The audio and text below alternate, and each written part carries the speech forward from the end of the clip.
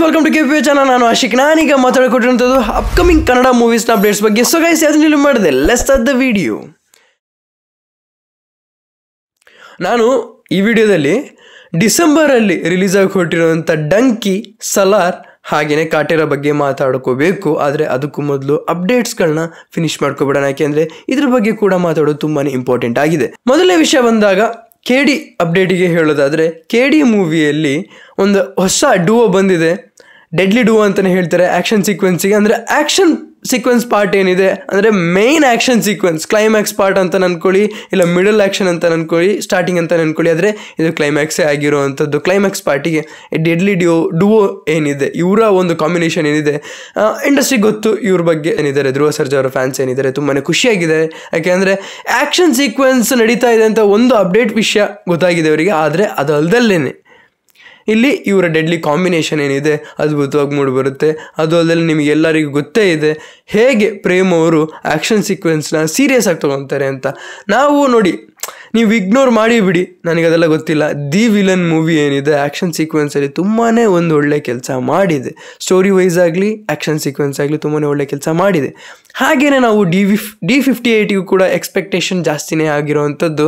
ಇದೊಂದು PAN India cinema ಆಗಿರುವಂಥದ್ದು. D58 ಯಾವುದೇ ಕಾರಣಕ್ಕೂ ಒಂದು ನಾರ್ಮಲ್ ಮೂವಿ ಆಗಿರೋಕ್ಕೆ ಸಾಧ್ಯನೇ ಇಲ್ಲ.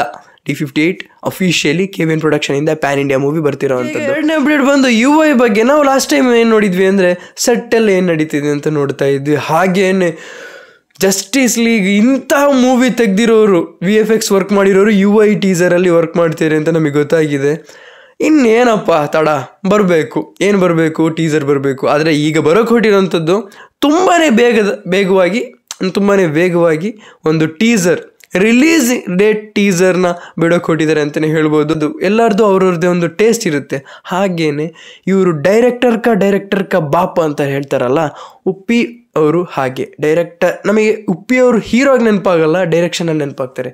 ಯಾಕೆಂದರೆ ಅವ್ರು ಡೈರೆಕ್ಷನ್ ಲೆವೆಲ್ ಹಾಗೇನೆ ಈಗ ಮೂರನೇ ಅಪ್ಡೇಟ್ ಬಂದು ಮ್ಯಾಕ್ಸ್ ಮೂವಿ ಬರೋಕೆ ಹೊರಟಿದೆ ಗುರು. ಆದಷ್ಟು ಬೇಗ ಅದರ ಅಪ್ಡೇಟ್ ಇದೇ ಮಂತಲ್ಲಿ ಬರೋಕೆ ಹೊರಟಿದೆ. ಫೆಬ್ರವರಿಗೆ ರಿಲೀಸ್ ಪ್ಲ್ಯಾನ್ ಮಾಡ್ಕೊಂಡಿರುವಂಥದ್ದು. ಜನವರಿಗೇನೆ ರಿಲೀಸ್ ಮಾಡಬೇಕು ಅಂತ ಅಂದ್ಕೊಂಡಿದ್ರು. ಆದರೆ ನಾನು ಹೇಳಿದ್ನಲ್ಲ, ಫ್ಲಡ್ ಕಾರಣದಿಂದ ಚೆನ್ನೈಯಲ್ಲಿ ನಡಿಬೇಕಾಗಿರೋಂಥ ಶೂಟಿಂಗ್ ನಡೀಲಿಲ್ಲ. ಅದು ಅಲ್ಲೇ ಆಗಬೇಕಾಗಿರೋಂಥ ಶೂಟಿಂಗ್ ಆಗಿರುವಂಥದ್ದು. ಇದು ಇನ್ನೂ ಡಿಲೇ ಆಗ್ತಾ ಹೋದರೆ ಫೆಬ್ರವರಿಗೆ ಬರಲ್ಲ. ಬಟ್ ಈಗ ಟೀಮ್ ಪ್ಲ್ಯಾನ್ ಇರೋವಂಥದ್ದು ಫೆಬ್ರವರಿಗೆ. ನನಗೆ ನಂಬಿಕೆ ಇರೋವಂಥದ್ದು ಇವರ ಒಂದು ಪ್ರಾಜೆಕ್ಟ್ ಮೇಲೆ. ಯಾಕೆ ಅಂದರೆ ಇವರು ಅಪ್ ಟು ಟೈಮಲ್ಲಿ ಏನು ಅಂದ್ಕೊಂಡಿದ್ದಾರೆ ಅದನ್ನು ಮುಗಿಸ್ತಾರೆ. ರಿಲೀಸ್ ಡೇಟ್ ಏನು ಪ್ಲ್ಯಾನ್ ಮಾಡಿದರೆ ಆ ಟೈಮಿಗೆ ಬರುತ್ತೆ. ಯಾವುದೇ ಕಾರಣಕ್ಕೂ ಎಕ್ಸ್ಟೆಂಡ್ ಮಾಡಲ್ಲ. ಏನಂತೀರಾ? ನಿಮಗೇನು ಅನಿಸುತ್ತೆ? ಹಾಗೇನೆ ಈಗ 4ನೇ ಅಪ್ಡೇಟ್ ಬಂದು ಕಾಟೇರ ರೆಕಾರ್ಡ್ ಬೀಟ್ ಮಾಡಿದ ಗುರು. 24 hours ಒಳಗಡೆ ಸೆಕೆಂಡ್ ಯಾವುದೇ ಟ್ರೈಲರ್ ಬಂದಿರಲಿ, ಇಂಡಿಯನ್ ಯಾವುದೇ ಟ್ರೈಲರ್ ಬಂದಿರಲಿ, ಸೆಕೆಂಡ್ ಮೋಸ್ಟ್ ವ್ಯೂಡ್ ಟ್ರೈಲರ್ ಆಗಿರುವಂಥದ್ದು ಕಾಟೇರ. ನೋಡಿ, ವಿತಿನ್ 24 hours ಒಳಗಡೆ, ಆಯಿತಾ? ಹಾಗಾದರೆ ನೀವು ಯೋಚನೆ ಮಾಡಿ ಯಾವ ರೇಂಜಿಗೆ ಎಕ್ಸ್ಪೆಕ್ಟೇಷನ್ ಇತ್ತು. ಇಲ್ಲಿ ಒಂದು ವಿಷಯ ನಾವು ಯೋಚನೆ ಮಾಡಲೇಬೇಕು, ಏನಂದರೆ ಇಲ್ಲಿ ಯಾವುದೇ ಕಾರಣಕ್ಕೂ ಟೈಮ್ ಕೊಟ್ಟಿರಲಿಲ್ಲ. ವ್ಯೂಸ್ 24 hours ಒಳಗಡೆ ಬಂದಿದೆ ನಿಜ, ಆದರೆ ಯಾವುದೇ ಕಾರಣಕ್ಕೂ ರಿಲೀಸ್ ಟೈಮ್ ಕೊಡ್ದಲ್ಲೇ ಬಂದಿರೋವಂಥದ್ದು. ಏನು ನೋಡಿ, ರಿಲೀಸ್ ಟೈಮ್ ಕೊಟ್ಟಾಗ ಏನಾಗುತ್ತೆ ಅಂದರೆ ಎಲ್ಲರೂ ಇದೇ ಟೈಮಿಗೆ ಅಂತ ಕಾಯ್ತಾ ಕೂತ್ಕೊತಾರೆ. ಆದರೆ ಇಲ್ಲಿ ಯಾವುದೇ ಒಂದು ರಿಲೀಸ್ ಟೈಮಿಂಗ್ಸೇ ಕೊಟ್ಟಿಲ್ಲ. ಇದೆಲ್ಲ ಹೆಂಗೆ ಅಂದರೆ ಈ ಟೈಮಲ್ಲಿ ರಿಲೀಸ್ ಆಗುತ್ತೆ, ನಾವು ಹೋಪ್ ಮಾಡ್ತಿದ್ವಿ, ಓಕೆ ಈಗ ರಿಲೀಸ್ ಆಗುತ್ತೆ ಅಂತ. ಬಂದಿದ್ದೇ ಒಂದು ಟೈಮು, ಆಗಿದ್ದೇ ಒಂದು ಟೈಮು, ಒಟ್ಟಿನಲ್ಲಿ ರೆಕಾರ್ಡ್ ಬ್ರೇಕ್ ಮಾಡೇ ಬಿಡ್ತು ಅಂತ ಹೇಳ್ಬೋದು. Second most viewed trailer. ಹೇಗನ್ಸುತ್ತೆ? ಓಕೆ, ಈಗ ಮೂವೀಸ್ ಬಗ್ಗೆ ಮಾತಾಡ್ಕೊತೀನಿ. ಡಿಸೆಂಬರಲ್ಲಿ ರಿಲೀಸ್ ಆಗಿಕೊಟ್ಟಿಂಥ ಡಂಕಿ ಬಗ್ಗೆ ಫಸ್ಟ್ ಹೇಳೋದಾದರೆ, ನೋಡಿ, ಮೂವಿ ಕಲೆಕ್ಷನ್ ಮಾತ್ರ ಅದ್ಭುತವಾಗಿ ನಡೆಯುತ್ತೆ. ನಾರ್ಮಲ್ ಆಗಿ ಒಂದು ಬ್ಯಾಲೆನ್ಸ್ ರೀತಿಲಿ ನಡೆಯುತ್ತೆ. ಹಿಂಗೆ ಹೋಗಲ್ಲ ಒಂದೇ ಸತಿಗೆ ಏನು ಗುರು ಕಲೆಕ್ಷನ್ 1000 crores ದಾಟ್ತಂತೆ, ಹಂಗೆಲ್ಲ ಅಲ್ಲ. ನಾರ್ಮಲ್ ಕಲೆಕ್ಷನ್ ನಡೆಯುತ್ತೆ. ಮೂವಿಗೆ ಯಾವುದೇ ಒಂದು ಹೊಡ್ತಾ ಇರಲ್ಲ. ಇದು ಶಾರುಖ್ ಖಾನ್ ಅವ್ರ ಮೂವಿ ಅಂತಲ್ಲ. ಈ ಟೈಮಲ್ಲಿ ಏನಾದರೂ ಜವಾನ್ ಏನಾದ್ರು ರಿಲೀಸ್ ಆಗಿದ್ದಿದ್ರೆ ಮಕ್ಕ ಮೂತಿ ನೋಡ್ದಲ್ಲೇ ಹೊಡ್ಕೊಂಡು ಹೋಗ್ತಿತ್ತು ಹಂಗೆ, ಆಯಿತಾ? ಆದರೆ ಇಲ್ಲಿ ರಾಜ್ಕುಮಾರ್ ಹಿರಾನಿ ಅವರ ಅವರ ಫಿಲ್ಮ್ ಯಾವಾಗಲೂ ಒಂದು ರೆಸ್ಪೆಕ್ಟ್ ಇರುತ್ತೆ. ಮನಸ್ಸಲ್ಲಿ ಸತ್ಯಗಳು ಹೇಳ್ತೀನಿ, ಅವರ ಮೂವಿ ಈಗಲೂ ಕೂಡ ಯಾವುದು ನೋಡಿದ್ರು ಕೂಡ ನನಗೆ ಬೋರ್ ಅನ್ಸಲ್ಲ. ಅಷ್ಟು ಅದ್ಭುತವಾಗಿರುವಂಥ ಸ್ಟೋರಿ ಲೈನ್. ಸಿಂಪಲ್, ಏನು ಟ್ವಿಸ್ಟ್ ಎಲ್ಲ ಇಟ್ಟು ದೊಡ್ಡ ಗೋಲ್ಮಾಲ್ ಅಲ್ಲ, ಏನಿಲ್ಲ.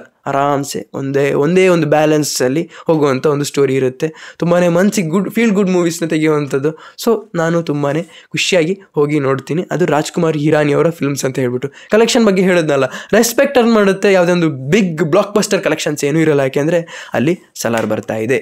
ಸಲಾರ್ ರಿಲೀಸ್ ಡೇಟ್ ಟ್ರೈಲರ್ ನೋಡಿ ನನಗೆ ತುಂಬಾ ಡಿಸಪಾಯಿಂಟ್ ಆಯಿತು. ತುಂಬ ಜನ ಹೀಗಾಗಿದ್ದಾರೆ. ಏನು ಗುರು ಹಿಂಗೆ ಬಿಟ್ಟಿದ್ದಾರೆ, ಟ್ರೈಲರೇ ಇಷ್ಟು ಚೆನ್ನಾಗಿರಲಿಲ್ಲ, ರಿಲೀಸ್ ಡೇಟ್ ಟ್ರೈಲರ್ ಹಿಂಗಿದೆ ಹಂಗೆ ಹಿಂಗಿದೆ ಅಂತ. ನನಗೆ ಹಾಟೆ ಹೊಡೆದಂಗೆ ಆಯಿತು. ಯಾಕೆ ಅಂದರೆ ವಿಜುವಲ್ಸ್ ಎಲ್ಲ ಅದ್ಭುತವಾಗಿದೆ, ಸೂಪರ್ ಆಗಿದೆ, ಸಿನಿಮ್ಯಾಟಿಕ್ ಎಕ್ಸ್ಪೀರಿಯನ್ಸ್ ಅದೆಲ್ಲ ಅದ್ಭುತವಾಗಿದೆ ಆಯಿತಾ. ವಿಷಯ ಅದಲ್ಲ, ಉಗ್ರಮ್ ಅಂತ ಕನ್ಫರ್ಮೇ ಆಗೋಗ್ಬಿಡ್ತು ನನಗೆ. ಉಗ್ರಮಲ್ಲಿ ಏನೇನು ಸ್ಟೋರಿ ಒಳಗಡೆ ಸೇರ್ಸೋಕ್ಕಾಗಲಿಲ್ಲ, ಇಲ್ಲಿ ಸೇರಿಸಿ ಕೊಡ್ತಿದ್ದಾರೆ. ಮೆಕ್ಯಾನಿಕ್ ಅಲ್ಲ, ದೊಡ್ಡ ಮೆಕ್ಯಾನಿಕ್, ಎಲ್ಲದನ್ನು ಲಾರ್ಜ್ ಸ್ಕೇಲ್ ಎಳೆದಿದ್ದಾರೆ. ಅಫ್ಕೋರ್ಸ್ ಏನು ಗೊತ್ತಾ, ವಿಷಯ ಏನು ಗೊತ್ತಾ, ಪ್ರಶಾಂತ್ ನೀಲ್ ಅವರ ಐಡಿಯಾ ಏನು ಅಂತ ಹೇಳ್ತೀನಿ. ಉಗ್ರಮ್ನ ನೀವು ಸೆಕೆಂಡ್ ಪಾರ್ಟ್ ತೆಗಿತೀನಿ ಅಂತ ಹೇಳಿದ್ರೆ, ಈಗ ಅವರ ಒಂದು ಸ್ಟ್ಯಾಂಡರ್ಡಿಟಿ ಏನಿದೆ ಅದ್ರಲ್ಲಿ ಸೆಕೆಂಡ್ ಪಾರ್ಟ್ ತೆಗಿತೀನಿ ಅಂದರೆ ಅದಾಗಲ್ಲ.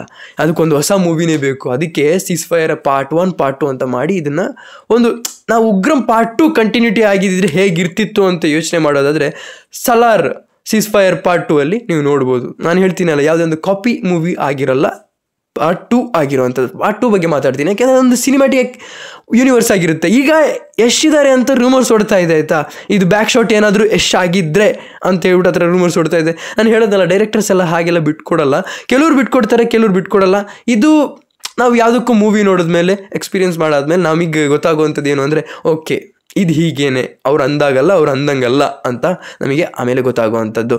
ಓಕೆ, ಈಗ ಕಾಟೇರ ಬಗ್ಗೆ ಹೇಳೋದಾದರೆ ಇದೊಂದು ಫ್ರೆಶ್ ಕಾನ್ಸೆಪ್ಟ್. ಡಂಕಿ ಥರ ಅಲ್ಲ, ಡಂಕಿ ಥರ ಒಂದು ಬ್ಯಾಲೆನ್ಸ್ ಮೂವಿ ಅಲ್ಲ, ಸಲಾರ್ ಥರ ಒಂದು ಕಾಪಿ ಮೂವಿ ಅಲ್ಲ, ಅಂದರೆ ಅವ್ರದ್ದೇ ರೀಮೇಕ್ ಮಾಡಿಕೊಂಡು ಬರ್ತಿರೋಂಥ ಮೂವಿ ಅಲ್ವೇ ಅಲ್ಲ. ಇದು ಯಾವುದೊಂದು ಸಿನಿಮ್ಯಾಟಿಕ್ ಎಕ್ಸ್ಪೀರಿಯನ್ಸಿಗೋಸ್ಕರ ಮಾಡ್ತಿರೋಂಥ ಮೂವಿ ಅಲ್ಲ. ಹೇಗೆ ನಡೆದಿರೋ ಇನ್ಸಿಡೆಂಟ್ ಏನಿದೆಯೋ ನೋಡಿ, ಡಿ ಬಾಸ್ ಅವರೇ ಸ್ವತಃ ಹೇಳಿದ್ದಾರೆ, ಇಲ್ಲಿ ಯಾವುದೇ ಒಂದು ಮಸಾಲ ಹಾಕಿ ಮಿಕ್ಸ್ ಮಾಡಿರೋವಂಥ ಮೂವಿ ಅಲ್ಲ, ಇಲ್ಲಿ ಯಾವುದೋ ಒಂದು ಖಾರ ಫುಲ್ ಸ್ಪೈಸಿ ಮೂವಿ ಏನು ಅಲ್ವೇ ಅಲ್ಲ. ನಾನು ಇದನ್ನು ನಿಮಗೆ ಸ್ಟಾರ್ಟಿಂಗಲ್ಲೇ ಹೇಳಿದ್ದೆ, ಇಲ್ಲೆಲ್ಲೂ ಬಿಲ್ಡಪ್ ಇಲ್ಲ ಕಣ್ರ, ನಿಮಗೆ ನೋಡ್ರಪ್ಪ ಗುರುಗಳೇ, ಇಲ್ಲೆಲ್ಲೂ ಬಿಲ್ಡಪ್ ಇಲ್ಲ, ನಾರ್ಮಲಾಗಿ ಹೇಗೆ ತೋರಿಸ್ಬೇಕು ಅಂದ್ಕೊಂಡಿದ್ದಾರೋ ಆ ಥರ ತೋರಿಸಿದ್ದಾರೆ ಅಂತ ನಾನು ನಿಮಗೆ ಸ್ಟಾರ್ಟಿಂಗಲ್ಲೇ ಈ ಕಾಟೇರ ಸ್ಟಾರ್ಟ್ ಆದಾಗಲೇ ಏನು ಅದು ನಿಮಗೆ ಮೋಷನ್ ಪೋಸ್ಟರ್ ಎಲ್ಲ ಬಂತಲ್ಲ ಆಗಲೇ ಹೇಳಿದ್ದೆ. ಆಮೇಲೆ ಡಿ ಬಾಸ್ ಅವರು ಹೇಳಿದಾಗಲೂ ಕೂಡ ನನಗನ್ನಿಸ್ತು, ಓಕೆ ನಾನು ಅವಾಗೆಲ್ಲ ಹೇಳ್ತಿದ್ದೆಲ್ಲ ನಿಜನೇ, ನನ್ನ ಪರ್ಸ್ಪೆಕ್ಟಿವ್ ಏನಿದೆ ಈ ಮೂವಿ ಮೇಲೆ, ಏನು ಎಕ್ಸ್ಪೆಕ್ಟೇಷನ್ ಏನಿದೆ ಅದೆಲ್ಲ ಸರಿಯಾಗೇ ಇದೆ, ನಾನು ಏನು ಅನ್ಕೊತಿದ್ದೀನಿ ಅದೇ ಡಿಲಿವರ್ ಆಗಿದೆ. ನೋಡಿ, ರಿಯಲ್ ಇನ್ಸಿಡೆಂಟ್ ಮೇಲೆ ಅಂತ ಹೇಳ್ಬಿಟ್ಟು ಅಲ್ಲೆಲ್ಲ ಮೆನ್ಷನ್ ಮಾಡಿದ್ದಾರೆ ಅಂತ ಜಸ್ಟ್ ಇಮ್ಯಾಜಿನ್ ಮಾಡಿ, ಯಾವುದೇ ಒಂದು ಎಕ್ಸ್ಟ್ರಾ ಮಸಾಲ ಆ್ಯಡ್ ಮಾಡ್ದಲ್ಲೇ ಇದ್ದಿದ್ದಾಗೇನೆ ತೋರ್ಸೋಕ್ಕೆ ಹೊರಟಿರೋ ಒಂದು ಫ್ರೆಶ್ ಕಾನ್ಸೆಪ್ಟ್ ಮೂವಿ ಆಗಿರುವಂಥದ್ದು with lot of emotions, lot of actions. ನಿಮಗೆ ಅನಿಸುತ್ತೆ ಎಷ್ಟು ಎಕ್ಸೈಟೆಡ್ ಆಗಿದ್ರೆ ದಯವಿಟ್ಟು ತಿಳಿಸಿ ಅಂತ ಹೇಳ್ತಾ, ಹಾಗೇನೆ ನನಗೆ ಮಾರ್ಟಿನ್ ಬಗ್ಗೆ ಹೇಳಬೇಕು ಅಂತ ಹೇಳೋದಾದರೆ ದಯವಿಟ್ಟು ಮಾರ್ಟಿನ್ ಅಪ್ಡೇಟ್ನ ಆಚೆ ಹಾಕಿ ಮೂವಿ ಟೀಮ್ ಕೈಲಿ ರಿಕ್ವೆಸ್ಟ್ ಮಾಡ್ತಿರೋವಂಥದ್ದು. ಯಾಕೆಂದರೆ ನೀವು ಎಷ್ಟು ಹೈಡ್ ಆಗಿದ್ದೀರಾ ಅಂದರೆ ಇಲ್ಲಿ ಯಾವುದೇ ಒಂದು ಪ್ರಮೋಷನ್ ನಡೀತಿಲ್ಲ, ಏನು ನಡೀತಿಲ್ಲ, KD ಬಗ್ಗೆ ವಿಷಯಗಳು ಆಚೆ ಬರ್ತಾ ಇದೆ, ಆದರೆ ಮಾರ್ಟಿನ್ ಬಗ್ಗೆ ಒಂದು ವಿಷಯ ಕೂಡ ಆಚೆ ಬರ್ತಾ ಇಲ್ಲ. ಇದು ಫ್ಯಾನ್ಸ್ಗಳಿಗೆ, ಧ್ರುವ ಫ್ಯಾನ್ಸ್ ಅವರಿಗೆ ತುಂಬಾ ಬೇಸರ ಮಾಡುವಂಥ ಒಂದು ವಿಷಯ ಆಗಿರುವಂಥದ್ದು. ಆದರೂ ಕೂಡ ನಾನು ನಿಮಗೆ ಒಂದು ವಿಷಯನ ಮೆನ್ಷನ್ ಮಾಡಿ ಹೇಳ್ತೀನಿ, ಜನವರಿಗೆ ಬಿಗ್ ಅಪ್ಡೇಟ್ ಬರೋಕೊಟ್ಟಿದೆ ಮಾರ್ಟಿನ್ ಕಡೆಯಿಂದ. ಯಾವುದೇ ಕಾರಣಕ್ಕೂ ಈ ಮಂತಲ್ಲಿ ಅವರು ಯಾವುದೇ ಒಂದು ಪ್ಲ್ಯಾನ್ನ ಕೂಡ ಮಾಡ್ಕೊಂಡಿಲ್ಲ. ಯಾವುದಾದ್ರು ಒಂದು ಸಾಂಗ್ ಬಗ್ಗೆ ಆಗಲಿ, ಒಂದು ಟ್ರೈಲರ್ ಬಗ್ಗೆ ಆಗಲಿ ನಿಮಗೆ ಸಿಗುವಂಥದ್ದು ಜನವರಿಲೇ ಆಗಿರುವಂಥದ್ದು. ಜನವರಿ 26 ನನ್ನ ಒಂದು ಫೇವ್ರೇಟ್ ಡೇಟ್ ಆಗಿರುವಂಥದ್ದು. ಸೊ ವೆಯ್ಟ್ ಮಾಡಿ, ಯಾರ್ಯಾರು ಮಾರ್ಟಿನ್ ಬಗ್ಗೆ ಅಪ್ಡೇಟ್ ಸಿಕ್ಕಿಲ್ಲ ಅಂತೆಲ್ಲ ಒದ್ದಾಡ್ತಿದ್ದೀರ ದಯವಿಟ್ಟು ವೆಯ್ಟ್ ಮಾಡಿ ಅಂತ ಹೇಳ್ತಾ, ಇದಿಷ್ಟು ಇವತ್ತಿನ ವಿಡಿಯೋದಲ್ಲಿ. ನಿಮಗೆ ಅನಿಸೋ ಕಮೆಂಟ್ ಸೆಕ್ಷನ್ ತಿಳಿಸಿ ಅಂತ ಹೇಳ್ತಾ ಇವತ್ತಿನ ವಿಡಿಯೋ ಇಷ್ಟು. ನಿಮ್ಮ ವಿಡಿಯೋ ಲೈಕ್ ಮಾಡಿ, ಶೇರ್ ಮಾಡಿ, ಚಾನಲ್ ಸಬ್ಸ್ಕ್ರೈಬ್ ಆಗಿದ್ರೆ ಸಬ್ಸ್ಕ್ರೈಬ್ ಮರಿಬೇಡಿ. So keep watching, love you all, piece.